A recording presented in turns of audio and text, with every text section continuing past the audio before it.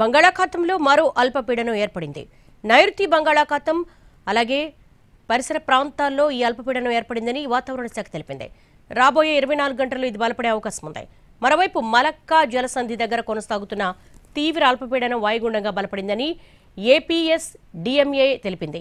వీటి ప్రభావంతో ఈ నెల 29 నుంచి డిసెంబర్ 2 వరకు కోస్తాంధ్ర, రాయలసీమలో వర్షాలు కురుస్తాయని వివరించింది. గురువారం నుంచి మత్స్యకారులు వేటకు వెళ్లొద్దని వార్నింగ్ ఇచ్చింది.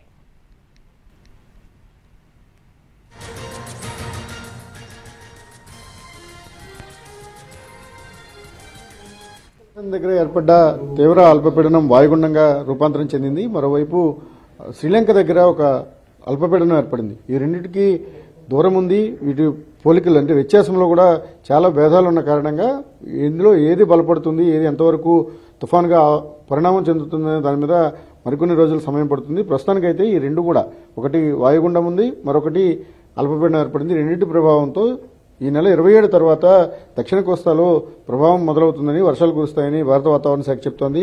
ప్రస్తుతం విశాఖ తుఫాను హెచ్చరికల కేంద్రం సీనియర్ అధికారి జగన్నాథ్ కుమార్ మనతో ఉన్నారు. సార్, ఈ రెండు వేరువేరు సిస్టమ్స్ ఏ విధంగా పనిచేయబోతున్నాయి? వీటి ఉధృతి కావచ్చు, తీవ్రత ఏ విధంగా ఉండే అవకాశం? ఒకటి, రెండు వ్యవస్థలు చాలా దూరంలో ఉన్నాయి. నిన్న మలేషియా దానికి ఆనుకుని ఉన్న మలక్కా జలసంధిపై ఉన్న సుస్పష్ట అల్పపీడనం ఈరోజు ఉదయానికి వాయుగుండంగా కేంద్రీకృతమై మలక్కా జలసంధిపై ఉంది.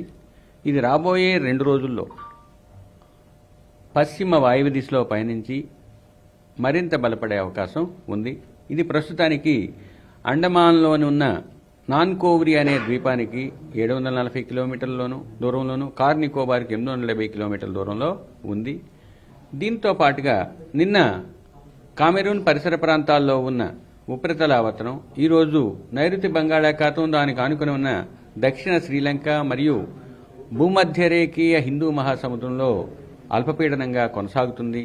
ఈ అల్పపీడనం మరింత బలపడి ఉత్తర వాయువ్య దిశలో పయనించి రేపటికి సుస్పష్ట అల్పపీడనంగా పరిణామం చెందే అవకాశం ఉంది.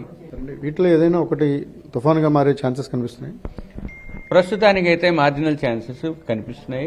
అవి ప్రస్తుతానికి, అందుకనే ఈ డిప్రెషను తీవ్ర వాయుగుండంగాను మారే అవకాశం ఉంది. ఇది వాయుగుండంగా మారే అవకాశం ఉంది. దాని యొక్క ఫర్దర్ ఇంటెన్సిఫికేషన్ రాబోయే రేపు కానీ ఎల్లుండి కానీ తెలిసే అవకాశం ఉంటుంది. మోడల్స్లో అన్ని స్టడీ చేసి వాటిలో ఉన్న నిశ్చితాభిప్రాయాన్ని బట్టి తెలియజేయడం జరుగుతుంది. అంటే ఏ ప్రాంతాలపైన ప్రభావం ఎక్కువగా ఉండే అవకాశం ఉంది? ప్రధానంగా రాయలసీమ, దక్షిణ కోస్తాల మీద దీని ఇంపాక్ట్ ఏ విధంగా ఉండే అవకాశం ఉందని అంచనా వేస్తారు? ఈ మొదటి 3 రోజులు కూడా మన కోస్తా జిల్లాలపై దీని యొక్క ప్రభావం పెద్దగా లేదు. 4వ రోజు తర్వాత వర్షపాతం దృష్ట్యా క్షేత్రీయ విస్తృతితో పాటు తీవ్రత కూడా పెరిగే అవకాశాలు కనిపిస్తున్నాయి.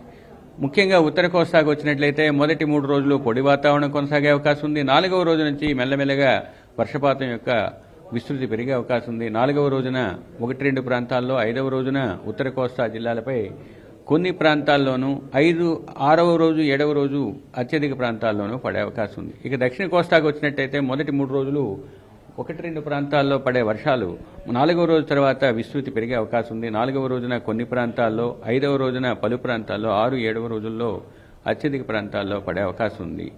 క్షేత్రీయ విస్తృతిని ఆధారంగా చేసుకున్నప్పుడు ఇక్కడ 2 సిస్టమ్స్ నడుస్తున్నాయి. ఒకటి వాయుగుండం ఉంది, ఇక్కడ లో ప్రెషర్ ఉంది. ఈ రెండు కూడా దూరం ఎక్కువగా ఉన్న కారణంగా వీటిలో ఏది బలపడుతుంది, ఏది తుఫానుగా ఆవర్తనం చెందుతుందనే దానిపైన ఇప్పటికీ మోడల్స్ డిఫరెంట్గా చెప్తున్నాయి. కానీ వీటిలో ఏదో ఒకటి బలపడే అవకాశాలు అయితే మాత్రం స్పష్టంగా ఉన్నాయని వాతావరణ శాఖ అంచనా వేస్తోంది. దీనికి ఇంకా కొంత సమయం పట్టే అవకాశం ఉంది. ఒక 3 రోజుల తర్వాత దీనిపైన కొంత క్లారిటీ వచ్చే అవకాశం ఉంది. ఇప్పటికీ చాలా దూరంగా మన తీరానికి ఉంది కాబట్టి క్లారిటీ రావడానికి కొన్ని రోజులు సమయం పట్టే అవకాశం ఉందని కూడా ఎండీ చెప్తోంది.